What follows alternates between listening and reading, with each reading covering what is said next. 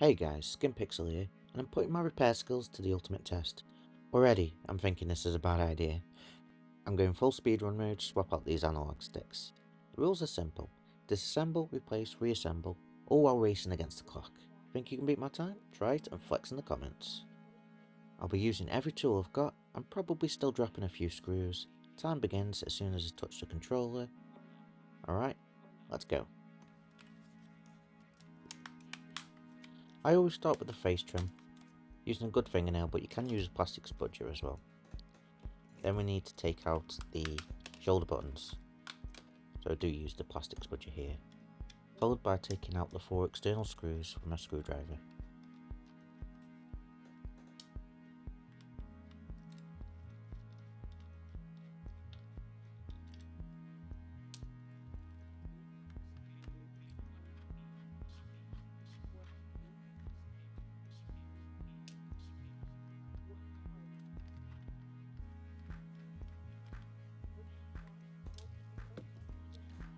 Then I pull on the back just enough to wedge my thumb in and use the plastic pry tool just to take these clips out before snapping the back off. This gives us our first glimpse inside of the controller and at the components that we'll be working with.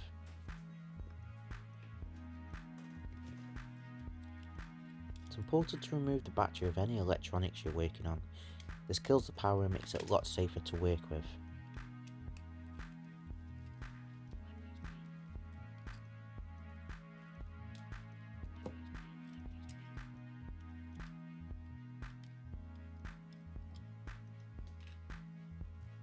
Be careful with those ribbons.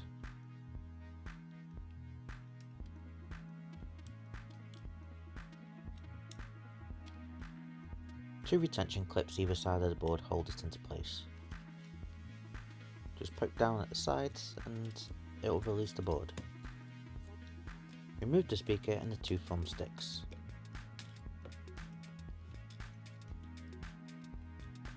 The main board ain't free yet. We need to release its clutches on the haptic triggers and rumble motors by desoldering the wires attached to the board.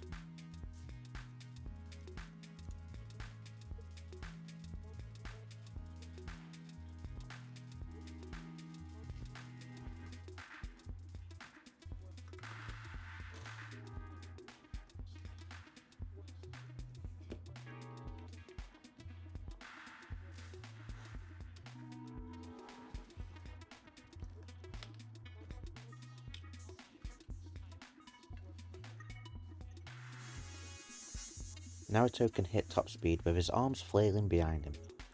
I thought I'd be able to do the same swapping these sticks, so I tried.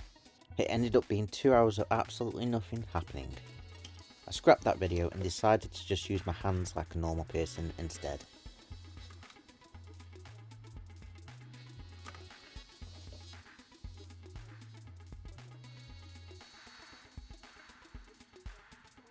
We're 3 minutes in and the board is clamped, ready to remove the sticks.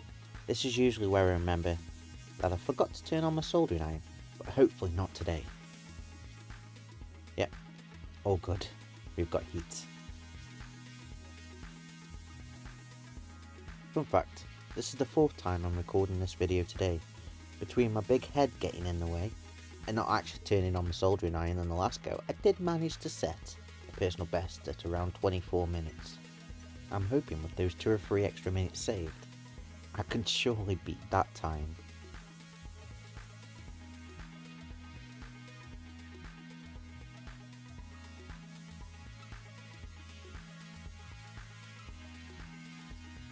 Here I'm pre-tinning all the solder joints. This adds a little extra solder and lowers the melting temperature, ready for my secret weapon.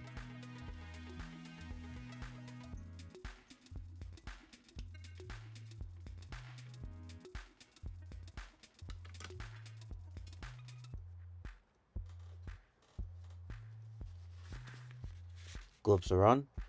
No, they're not the secret weapon.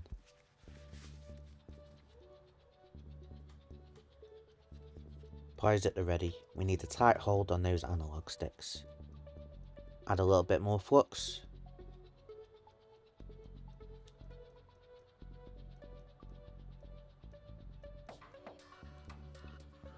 And now it's time for the star of the show, the tool that makes it all possible to do this as fast as I can.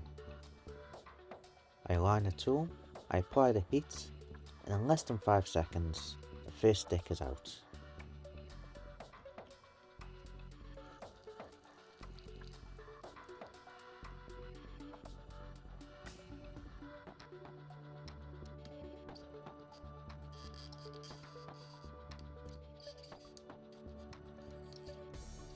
This second stick has given me a little bit more trouble than I wanted it to. And there you go, finally we're free.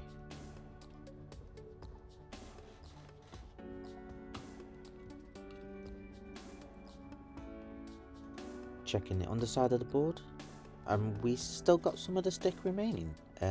That's going to cost me. Let's get that removed and hope we make up some time a little later.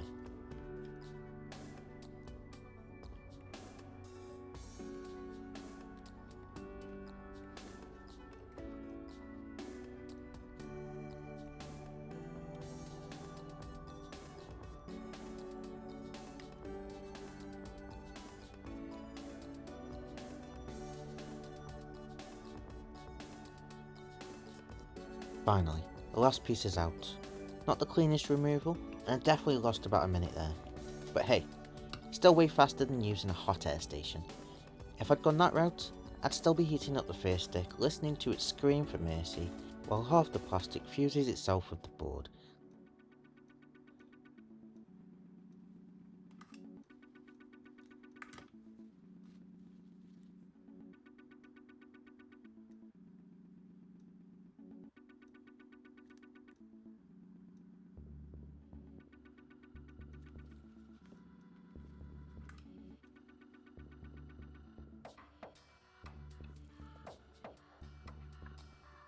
Using some solder wick, I clean up the excess solder from underneath the board, so I can prepare it for my next trick.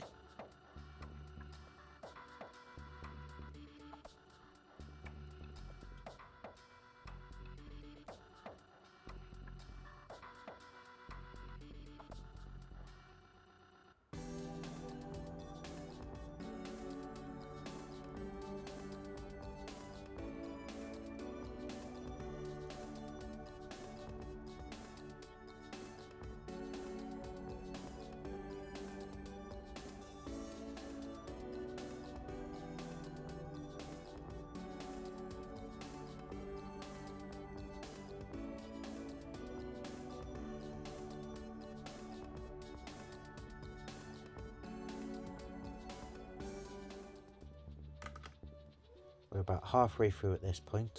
We've got the old sticks removed, and now we just need to do everything in reverse.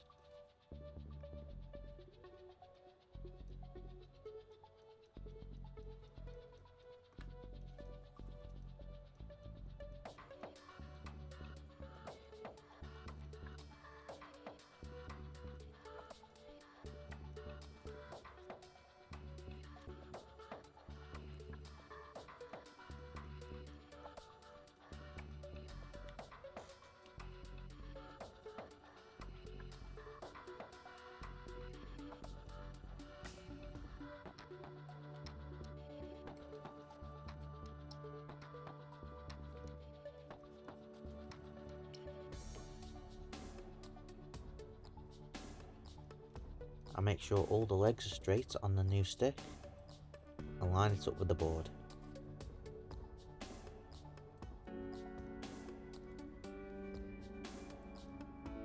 And then using the controller soldering tip to install the sticks. I've only tried this a few times at this point. Hope I'm getting the hang of it. And this would be a real bad time to mess up. But it looks like it's going. And there you go, it's in.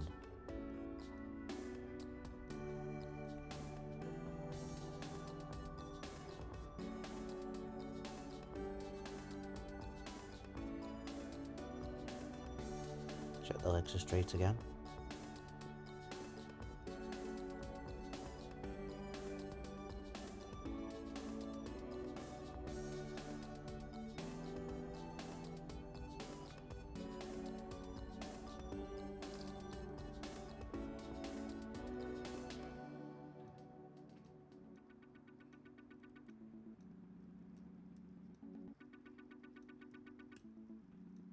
The new sticks I've installed on this build are Ginful's TMR sticks. They can be identified by the clear orange pots.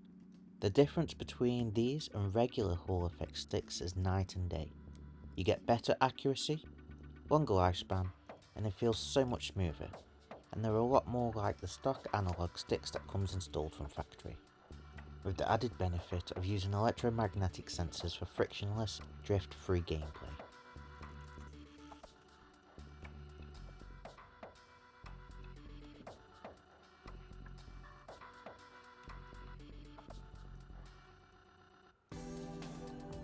And there you go, 2 new analog sticks installed in just over 10 minutes.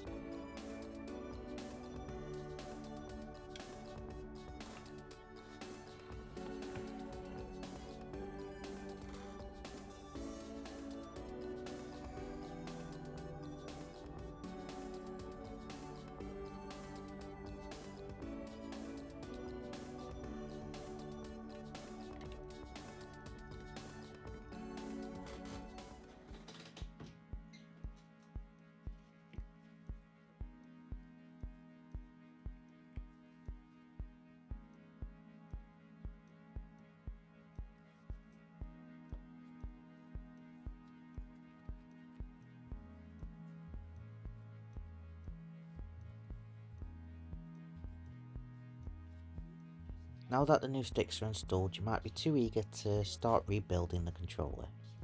But we want a stick swap that works, not one that just loops the part. So I've added a bit more flux, just because we need to clean up those joints. So I'll add a little bit more solder to each one and get them looking perfect.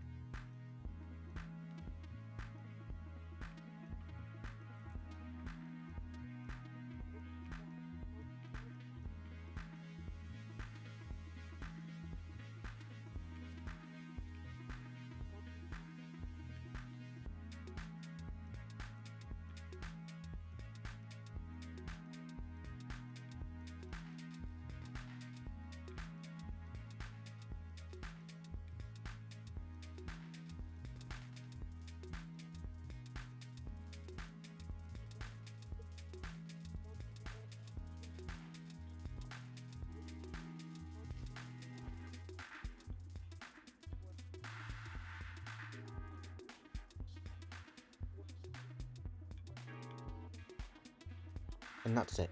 All the solder joints are perfect, nice and shiny, ready for reassembly.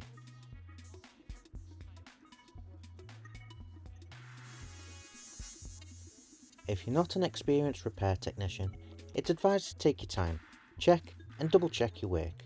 With good shiny solder joints, it's almost guaranteed this repair will work. But at this point, you could plug in the battery and a USB cable to the computer and check that the sticks are functioning properly using a website like hardwaretester.com. And don't forget to clean up. I'm using IPA to remove any flux that remains on the board.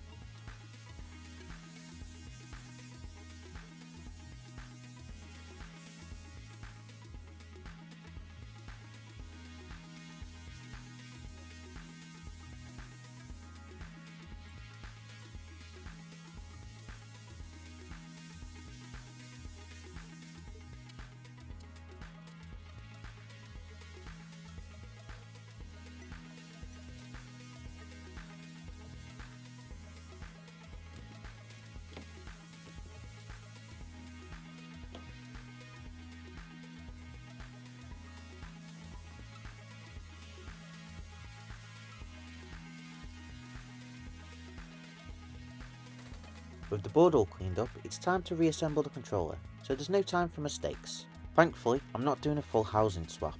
I've often found myself forgetting to install a face button or two. What's worse, realising that after you've reassembled the entire controller.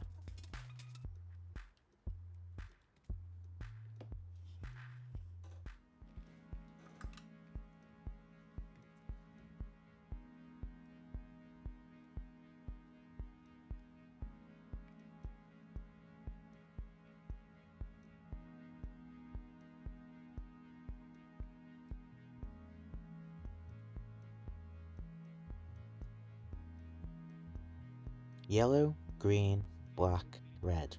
Yellow, green, black, red. No, I'm not going insane, but because Sony decided to cheap out and not use FPC connectors on the haptic feedback motors or the adaptive triggers, we've got the fun job of remembering which way each of these cables need to be resoldered. So repeat after me. Yellow, green, black, red. Yellow, green, black, red. Yellow, green. But you get the idea. Let's just move on.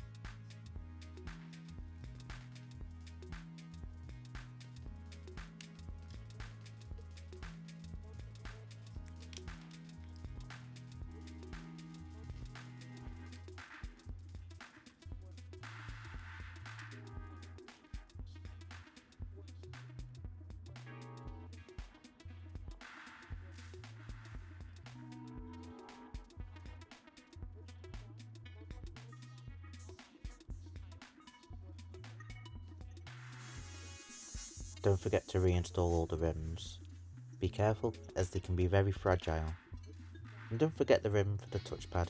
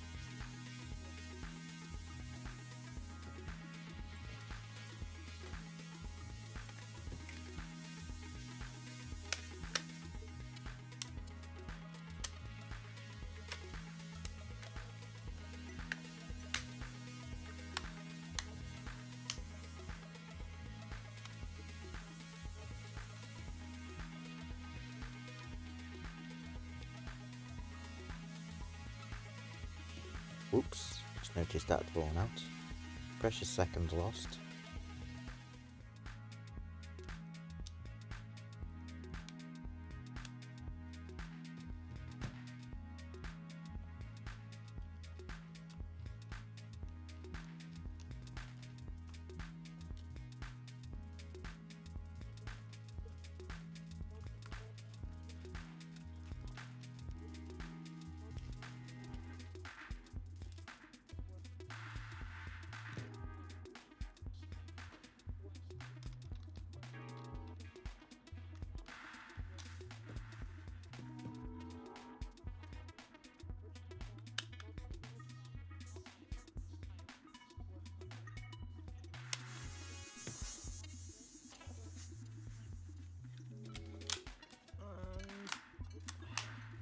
And we're done.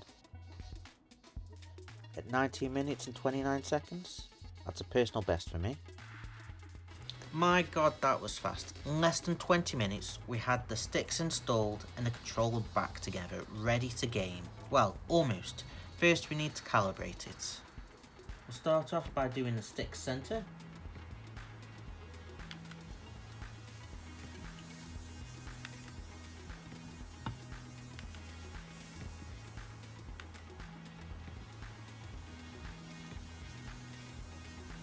And then we'll do the range.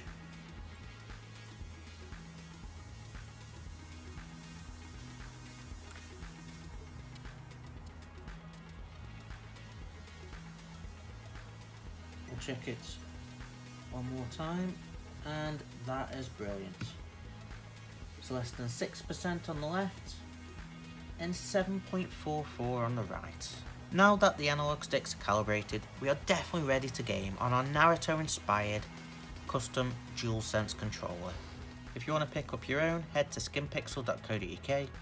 This soldering tip has been a marvel in the replacement of these analog sticks, and it's certainly set a precedent with how fast you can do these repairs. So that's going to be it for this video, but I encourage you to try this challenge yourself. Using all your tools at your disposal, please let us know in the comments. I'd love to see how you got on, and don't forget to like, share and subscribe. Thank you for watching. Peace.